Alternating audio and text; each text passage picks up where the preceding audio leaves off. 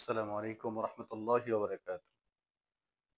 প্রিয় শিক্ষার্থীবৃন্দ, নবম ও দশম শ্রেণীর কাওয়াইদুল লুগাতিল আরাবিয়্যা অর্থাৎ আরবি দ্বিতীয় পত্রের একটি গুরুত্বপূর্ণ বিষয়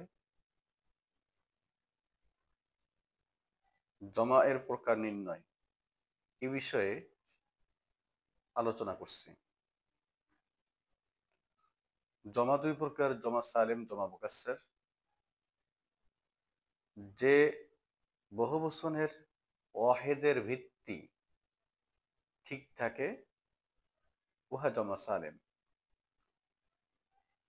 যে বহুবচনের ওয়াহেদের ভিত্তি ঠিক থাকে না উহা জমা মুকাসসার।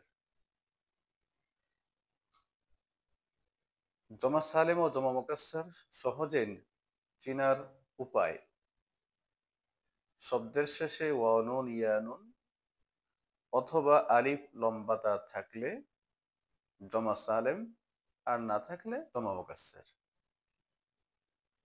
বোর্ডে কয়েকটি বাক্য লিখেছি, বিস্তারিত আলোচনা করছি। বোর্ডে লেখা যে বাক্যগুলো আছে এক এক করে দেখি এবং কোনটি কোন জমা নির্ণয় করি। ক্বালাতিল আ'রাবু আমান্না। আল আ'রাব শব্দটির শেষে ওয়াও নুন ইয়া নুন আলিফ লম্বাতা নেই, জমা মুকাসসার হবে। কারুনতুন নাজিহিনা ফিস সাফফি। নাজিহিনা শব্দের শেষে ইয়া নুন আছে, জমা সালেম। ইশতারাইতুল কুতুবা মিনাল মাকতাবাতি। আল কুতুবা শব্দের শেষে ওয়াও নুন ইয়া নুন আলিফ লম্বাতা নেই, জমা মুকাসসার। ফিস সাফফি আদাদুন কাবীরুম মিনাত তালামিজ। তালামিজ শব্দের শেষে ওয়াও নুন ইয়া নুন আলিফ লম্বাতা নেই, জমা মুকাসসার। হাউলাই নিসওয়াতুন মুহাজ্জাবাতুন।